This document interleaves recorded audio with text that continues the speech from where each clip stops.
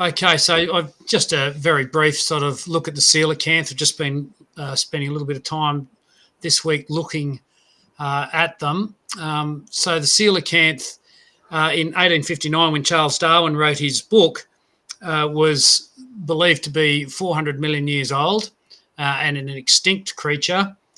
It's a lobed finned fish, so it's got the sort of extensions on its sort of fleshy extensions on its fins, and and they believe that these extended fins mutated, the genes mutated over time, and they led to the walking fish, which then, of course, led to things like reptiles, birds, and mammals. So us, and the scientific name for the coelacanth in the fossil record is Coelacanthus granulatus.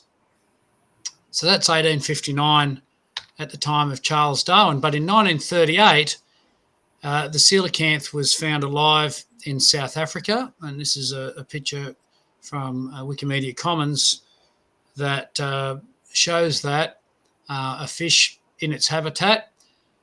But this living one, since it's been found, they've now found fossils up to as recently as 66 million years ago, which is still an incredible amount of time ago. And it's found alive, of course. It's still lobed finned. It still has those sort of extended fins, and they still believe that gene mutations lead to walking fish. But these creatures live at 160 metres of depth, which is about 500 foot for our American friends. And no one sort of believes that this fish needs its fins to walk in the habitat where it's now found. But they believe, from speculation on the fossil record, that it once also lived in much shallower seas and estuaries and so on. But it's argued as evolving 6 times slower than other creatures. And because they think it's still evolving, they've given it another completely different genus and scientific name, Latimeria, after the scientist by the name of Latimer that found it, Latimeria chalumnae.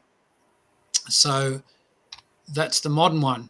And it was very interesting to read this comment by a scientist and in an article that lobe-finned fish, like the coelacanth and lungfish, are known to zoologists as sarcopterygians, meaning fleshy fins. Tetrapods, including people, are descended from this group, and the coelacanth is more closely related to people than to other fish, which I found incredible that they can't let go, that after 400 million years, a coelacanth looks like a coelacanth, yet it's more related to us than other fish.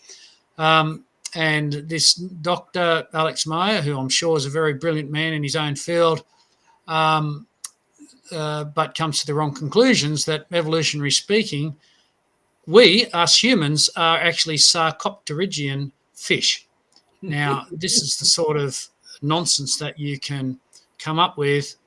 That 400 million years, I mean, just try and comprehend how long that is and how evolution can't be explaining anything of coelacanths evolving into walking anything. And this is a model that we're getting made of the coelacanth. It's not finished yet. It needs to be painted and so on. And I'm excited to get that for our museum.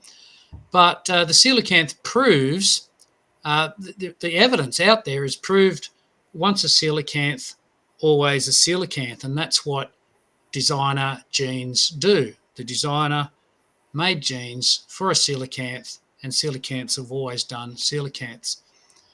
So it has designer genes. And just the fact of changing the genus name, as the evolutionists want to do, doesn't mean that evolution is actually happening, or that the genes have unlimited capacity to change. And ultimately, to humans, we're regarded basically as coelacanths or a lungfish.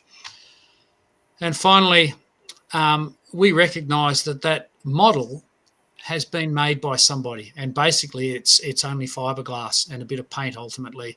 And we immediately recognise that as being designed by somebody, because fiberglass and paint don't do coelacanth models on their own.